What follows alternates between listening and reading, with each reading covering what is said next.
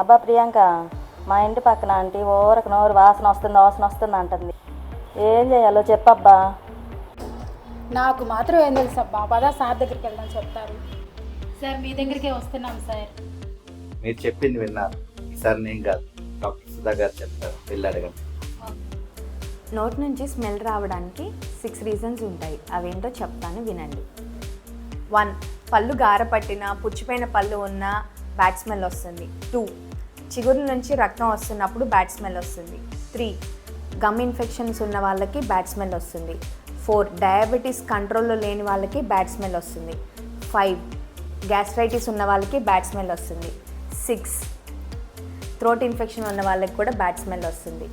మీకు దేనివల్ల bad smell వస్తుందో తెలుసుకోవాలంటే మీకు దగ్గరలో ఉన్న డెంటల్ క్లినిక్ని విజిట్ చేసుకొని ప్రాపర్ డయాగ్నోస్ చేసుకొని ట్రీట్మెంట్ చేయించుకుంటే బ్యాడ్ స్మెల్ అనేది తగ్గిపోతుంది.